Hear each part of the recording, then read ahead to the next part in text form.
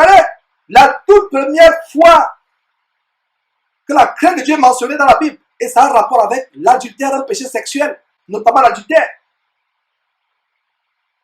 Dieu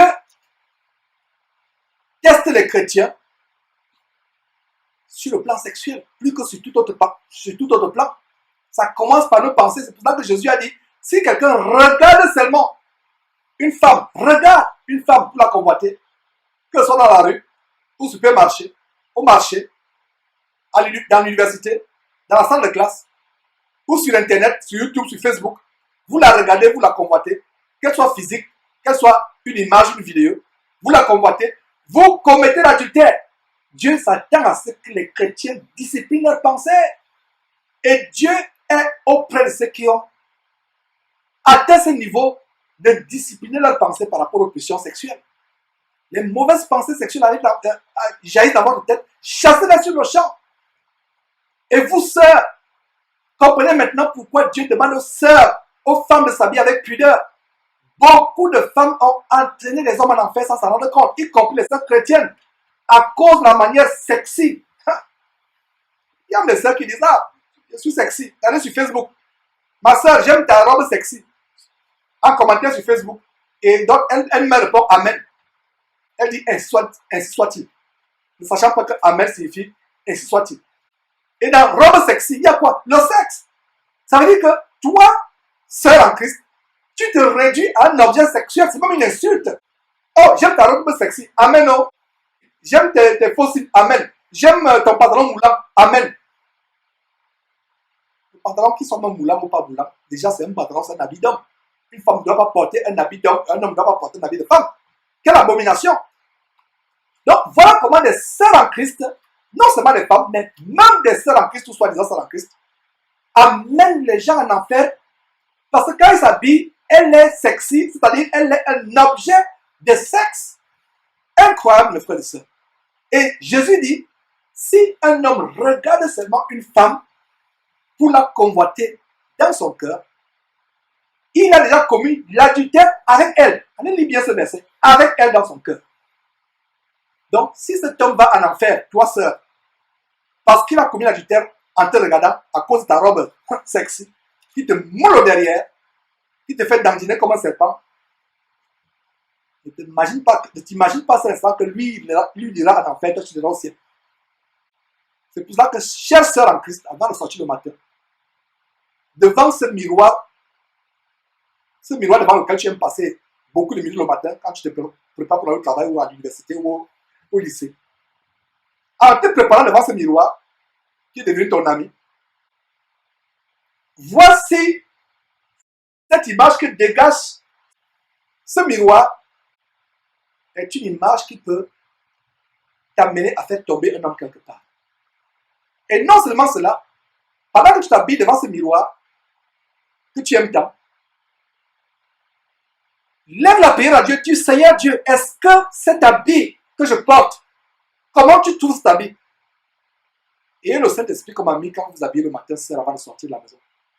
Et le Saint-Esprit comme ami, dites, Saint-Esprit, mon ami à moi, est-ce que cette robe que je mets, cette tenue que je suis sur le point de mettre peut faire tomber un homme?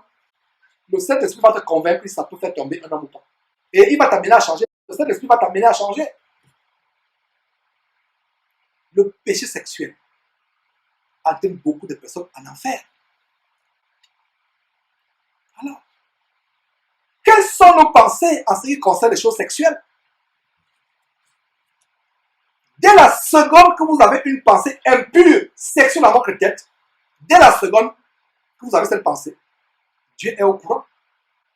Dieu est au courant. Ne pensez pas que Dieu n'est pas au courant. C'est pour ça que Dieu dit à Abimelech, je sais. Comment Dieu a pu voir le cœur d'Abimelech? Que le cœur d'Abimelech était pur. Parce que rien ne peut être caché devant Dieu. Donc, dès qu'une mauvaise pensée sexuelle jaillit dans ta tête, Dieu sur le champ est au courant. C'est la raison pour laquelle, dès que cette pensée impure se pointe dans ma tête, je la chasse au nom de Jésus-Christ. Tu la chasses au nom de Jésus-Christ. Dès qu'elle cogne à la porte de ton cœur, comme on dit au Gabon, Kokoko, envoie Jésus-Christ, Jésus-Christ lui répond. Dès qu'elle cogne, envoie Jésus-Christ lui répond. n'oubliez jamais la définition de l'adultère selon Jésus-Christ. Parce que Jésus-Christ élève le standard de l'adultère. Pour les lois humaines, en commençant par la loi de Moïse, la loi dans ton pays, l'adultère, c'est le fait d'aller physiquement avec une femme. Mais Jésus lui dit, le fait même d'avoir seulement la pensée en convoitant une autre femme, une femme autre que ta femme, ou si tu es célibataire, tu convoites une femme pour coucher avec elle, tu as déjà commis l'adultère dans ton cœur. L'adultère dans ton cœur. Donc, mes frères, c'est pour cela que j'insiste toujours en disant aux jeunes gens de prendre la libération des péchés sexuels très au sérieux, en commençant par le contrôle des yeux et le contrôle des pensées. Je parle souvent du premier regard. Dès que tu tombes sur une image sale sur Internet, détourne la tête. Dès que tu regardes, dès le premier regard, tu n'as pas péché. Mais c'est à partir du deuxième regard que tu seras. Parce que dès que tu regardes sur la deuxième fois, il y a 99,99% de chances que tu sois là. Donc, dès que tu regardes cette femme dans ce supermarché qui vient devant toi, ce dandinant avec sa robe moulante, montrant ses fesses, détourne la tête. Ne regarde pas. Ne regarde pas. Tu n'as pas péché quand tu as regardé la première fois. Mais c'est en regardant la deuxième fois. Et ne regarde pas en disant, ah, vraiment, j'ai tout la tête, mais tu reviens toujours pour... Non. Ne regarde pas. Détourne la tête. Chasse une pensée. Contrôle tes pensées. Contrôle tes pensées. Dès que la pensée flaire la tête, chasse une pensée au nom de Jésus-Christ. Ne te laisse pas envahir par les mauvaises pensées. Voilà comment Abimelech fait enlever Sarah pour faire d'elle sa femme. Pour faire d'elle sa femme. Incroyable, mes frères et sœurs. Incroyable. La femme d'Abraham, Sarah, au moment où elle l'a enlevée, n'avait pas 18 ans. N'avait pas 25 ans, n'avait pas 30 ans. Elle avait plus de 75 ans. Elle était fort avancée en âge. Mais une femme qui conservait malgré cela sa beauté au point de se faire kidnapper par un roi impie. Un roi ne va pas perdre son temps, son énergie, ses services secrets pour kidnapper une femme qui n'est pas agréable à l'œil, qui n'attire pas l'œil. Voilà. Mais voilà une femme de plus de 75 ans qui est enlevée, kidnappée par un roi impie. Rappelez-vous, frères et sœurs, ce qu'on a vu en Genèse chapitre 12, à partir du verset 14 jusqu'au verset 15. Rappelez-vous qu'on a vu, c'est juste à titre de rappel, que Sarah était fort belle. Fort belle, tellement belle que les grands de Pharaon, les grands de l'Égypte, la vantèrent à Pharaon. Et Pharaon l'a pris pour femme. Mais grâce au rendu à Dieu de ce que Dieu s'est manifesté à Pharaon et Pharaon a restitué la femme d'Abraham d'Adar. Et voilà une femme fort belle, malgré qu'elle était âgée de plus de 75 ans, allant vers 100 ans. Et quel est le secret de la grande beauté de Sarah? On a vu ça dans une émission passée. Et 1 Pierre chapitre 3, verset 1 à 5, je pense qu'il faut lire cela. 1 Pierre chapitre 3, verset 1 à 5 nous révèle la grande beauté de Sarah. Le secret de la grande beauté de Sarah. Plus belle que toutes les Égyptiennes, qui pourtant mettaient des produits cosmétiques sur leur corps, se parlant de toutes sortes de bijoux, mettant les extensions sur leurs cheveux, les extensions de cheveux artificiels, les faux cheveux en nylon ou en plastique ou les cheveux humains qui viennent de l'Inde n'existent pas aujourd'hui. Il n'y a rien de nouveau sous le soleil, dit la parole de Dieu. On voit comment, déjà au temps d'Abraham en Égypte, au temps des Égyptiens de Pharaon, les Égyptiennes étaient expertes de cosmétiques. D'ailleurs, il y a certains chercheurs qui s'accordent sur le fait que les produits cosmétiques qu'on a aujourd'hui, la mondanité, la frivolité, ont pour origine l'Égypte. Donc ça vient de l'Égypte entre autres origines. Donc nous voyons quel est le secret de la grande beauté de Sarah. Donc dans 1 Pierre chapitre, je ne sais pas si on y est déjà, 1 Pierre chapitre 3, voilà, 1 Pierre chapitre 3. Notez ce verset, 1 Pierre chapitre 3. Quel est le secret de la grande beauté de Sarah.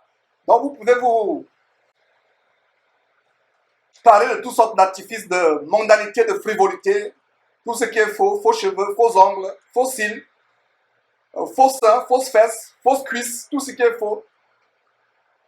Aux yeux de Dieu, vous êtes pas belle, vous êtes toujours laide ou vilaine aux yeux de Dieu.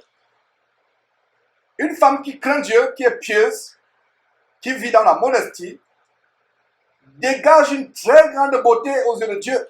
Et même les hommes vont trouver que cette femme a une beauté particulière. Nous avons reçu des témoignages des femmes qui ont décidé de revenir véritablement à Jésus-Christ, de prendre soin de leur corps selon Dieu, de vivre la modestie, la simplicité, de ne pas se parer de tous ces artifices de beauté qui font que les femmes de plus en plus ressemblent aux prostituées. Et ces femmes, malgré le fait qu'elles sont revenues au naturel, dégagent une très grande beauté. D'ailleurs, on a une chaîne sœur de Jésus-Christ TV, Godly Beauty TV, la beauté au naturel selon Dieu. Nous vous encourageons à souscrire à cette chaîne et ce serait vraiment intéressant pour les sœurs de revenir au standard de beauté naturelle, de piété, de beauté naturelle. Et c'est des choses que nous devons enseigner. Malheureusement, dans ces soi-disant églises, en fait, ce ne sont pas des églises, c'est des camps de concentration qui mènent en enfer. Nous devons tout faire pour aller à la parole de Dieu, pour voir le standard de la parole de Dieu. Ne nous fions pas à ce que les gens enseignent, ne nous fions pas à la télévision. C'est malheureux que la télévision a remplacé aujourd'hui l'éducation que les hommes de Dieu doivent donner aux chrétiens. La télévision a remplacé le standard de tout ce que nous devons faire, mes frères. Nous devons aller à la parole de Dieu. C'est la parole de Dieu qui nous instruit. Donc nous sommes en train de voir quel est le secret de la grande beauté de Sarah, qui, malgré le fait qu'elle est fort avancée en âge, elle se fait kidnapper à cause de quoi? À cause de sa grande beauté. Sarah mettait les produits cosmétiques. Ce n'est pas ce que nous allons voir. Nous allons voir le grand secret, comment une femme qui a plus de 75 ans est toujours belle, fort belle, au point d'être kidnappée. La parole de Dieu a tout, mes frères et sœurs, c'est pour ça que nous devons la lire. La Bible dit que ce livre, la loi, ne s'éloigne pas de ta bouche.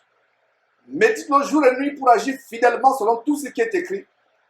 C'est alors que tu auras du succès dans tes entreprises, c'est alors que tu réussiras. Donc la Bible a tout. Ce qui concerne notre éducation, comment nous amener à découvrir les choses de la parole de Dieu. Donc 1 Pierre chapitre 3, regardez ce que la parole de Dieu dit, ce que le Saint-Esprit nous révèle ici au sujet de la grande beauté de Sarah. Verset 1 dit, nous sommes à 1 Pierre chapitre 3, verset 1. Femmes, soyez de même soumises à vos maris, afin que si quelques-uns obéissent point à la parole, ils soient gagnés sans parole par la conduite de la femme. Soulignez, qu'ils soient gagnés sans parole. Sans parole par la conduite de la femme. Cette femme qui se met à enseigner alors que Dieu interdit à la femme d'enseigner. La Bible dit que la femme ne va pas changer son mari avec la parole. C'est sans parole. La véritable parole qu'une femme donne à son mari païen, impie, qui ne croit pas en Dieu, c'est son comportement. La femme ne peut pas enseigner la parole de Dieu. Et c'est une abomination de vouloir enseigner votre mari qui est incroyant. Voilà comment les maris, les hommes qui ont les femmes soi-disant chrétiennes, ne sont pas convertis, ne sont pas changés. Et la faute est sur qui?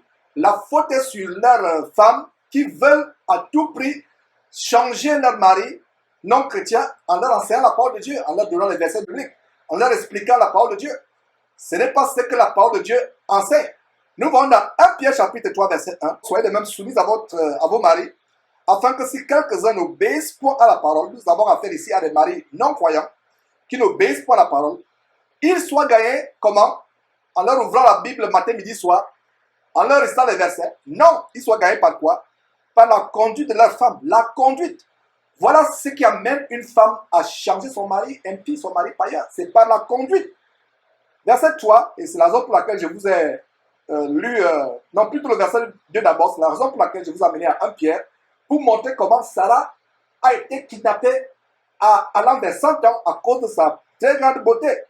Donc, verset 2, en voyant qui va voir, c'est votre mari, incroyant, en voyant votre manière de vivre comment? Chaste et réservée. Verset 3, ayez non cette parure extérieure qui consiste dans les cheveux tressés, c'est-à-dire les rajouts sur les cheveux, les extensions sur les cheveux, les ornements d'or ou les habits qu'on revêt.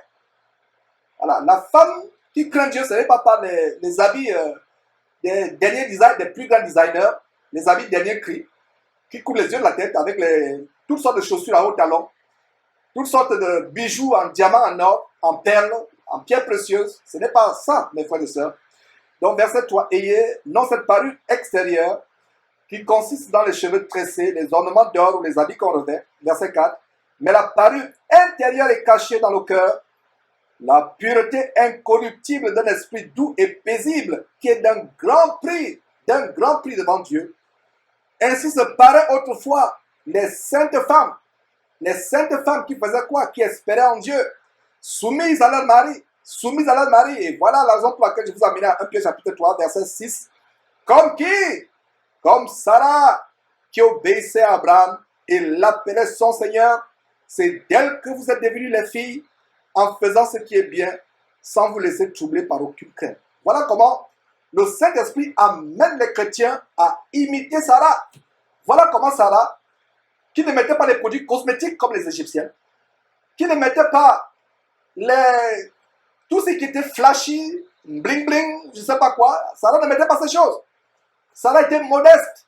Et voilà comment le Saint-Esprit ici invite les sœurs en Christ à avoir pour modèle de conduite, d'habillement, d'obéissance à leur mari, de soumission au mari, d'avoir pour modèle Sarah. Et une femme chrétienne qui s'élève au niveau de Sarah, je vous assure qu'elle va dégager une beauté très grande, non seulement aux yeux de Dieu, mais aux yeux de son mari, aux yeux de la société, aux yeux de ceux qui l'entourent. Voilà mes frères, donc retournons à Genèse chapitre 20. Alors donc comment Abimelech fit enlever Sarah, verset 3. Alors Dieu apparut en songe à Abimelech pendant la nuit et lui dit, voici, tu vas mourir à cause de la femme que tu as enlevée, car elle a un mari. Mes frères, ce verset a de grandes révélations, de grands enseignements. Nous étions au verset 3. Alors Dieu apparut en songe à Abimelech pendant la nuit et lui dit, voici, tu vas mourir à cause de la femme que tu as enlevée, car elle a un mari. Dieu dit à Abimelech que tu vas mourir. Tu es un homme mort. Voilà, Dieu dit à Abimelech, tu es un homme mort. Pourquoi? Parce que tu as pris une femme à un mari. Quelle est la révélation à ce niveau, mes frères et sœurs? Quelle est la révélation? Quiconque qui va avec la femme de son prochain mérite d'être frappé de mort par Dieu.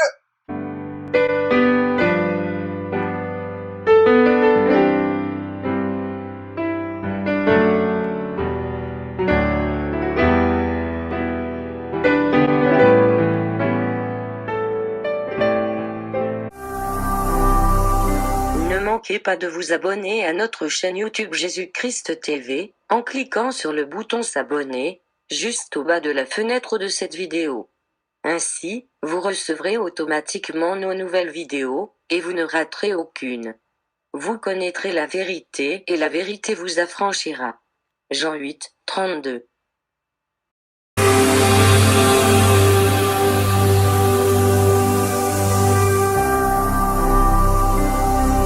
Jésus-Christ TV, vous connaîtrez la vérité et la vérité vous affranchira.